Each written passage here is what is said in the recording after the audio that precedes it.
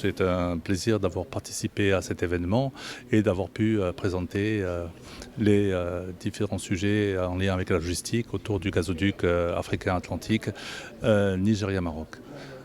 Comme vous le savez, ce projet va être mis en place en différents tronçons. Un tronçon sud entre le Nigeria et la Côte d'Ivoire, un tronçon nord entre le Sénégal, la Mauritanie, le Maroc, connecté au gazoduc Maghreb-Europe au nord du Maroc pour approvisionner l'Union européenne, et un tronçon central entre la Côte d'Ivoire et le Sénégal.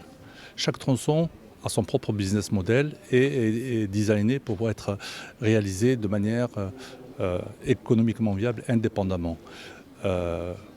L'objectif autour de cela, c'est la facilité de réalisation et la possibilité d'octroyer à une entité séparée la possibilité de poursuivre la construction. En effet, une société de projet va être mise en place qui aura une structuration en holding et qui aura des participations dans des sociétés filles. Et chaque société fille aura la responsabilité de construire chaque segment régional et de le faire vivre, de finaliser son design et de démarrer sa construction. Profitant de notre présence ici, je voudrais rappeler l'importance pour ce projet autour de la région de Dakhla. Dakhla a deux particularités.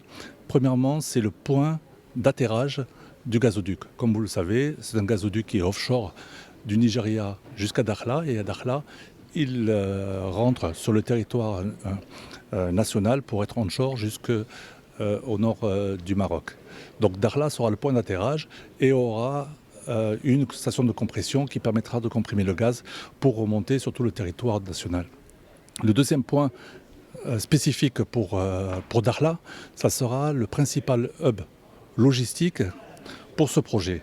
C'est à Dakhla que nous recevrons les tubes qui seront installés en mer entre le Maroc et le Sénégal. C'est aussi à Dakhla que seront préparés ces tubes, que seront localisés les différents opérateurs et travailleurs qui seront en charge des travaux autour de la station de compression de Dakhla. Donc le principal hub logistique, et la logistique sur ce projet est l'un des éléments majeurs qui occupe plus de 20% de la totalité des coûts sur ce projet. Donc Dakhla est une ville qui est stratégique pour nous dans le cadre de ce projet. Le financement, je ne peux pas développer dans le détail le financement, mais je tiens à préciser que l'un des objectifs de ce projet est que son financement soit assuré dans le cadre d'une activité commerciale.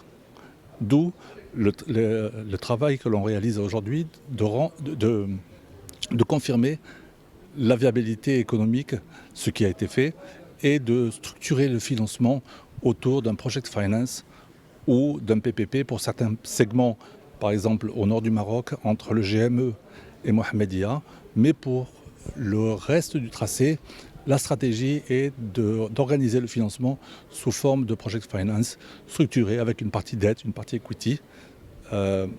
Mais nous voulons démontrer que ce n'est pas un projet qui sera financé par les États, c'est un projet qui sera financé par le marché, par le privé et construit par le privé. Pour suivre toute l'actualité d'EcoActu.ma, inscrivez-vous sur notre chaîne YouTube et rejoignez notre communauté sur Facebook et sur les autres réseaux sociaux.